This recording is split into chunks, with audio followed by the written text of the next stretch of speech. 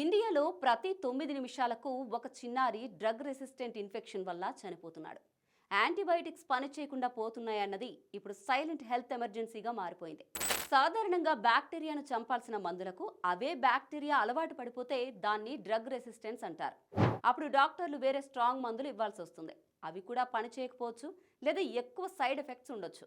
కొన్ని సందర్భాల్లో అయితే అన్ని మందులకు రెసిస్టెంట్ అయ్యే పరిస్థితి కూడా వస్తుంది. కరోనా తర్వాత ఈ సమస్య మరింత పెరిగిందని నిపుణులు చెబుతున్నారు. ప్రపంచ ఆరోగ్య సంస్థ అంచనా ప్రకారం త్వరలోనే ప్రతి సంవత్సరం కోట్ల మందిని ఈ డ్రగ్ రెసిస్టెన్స్ చంపే ప్రమాదం ఉంది.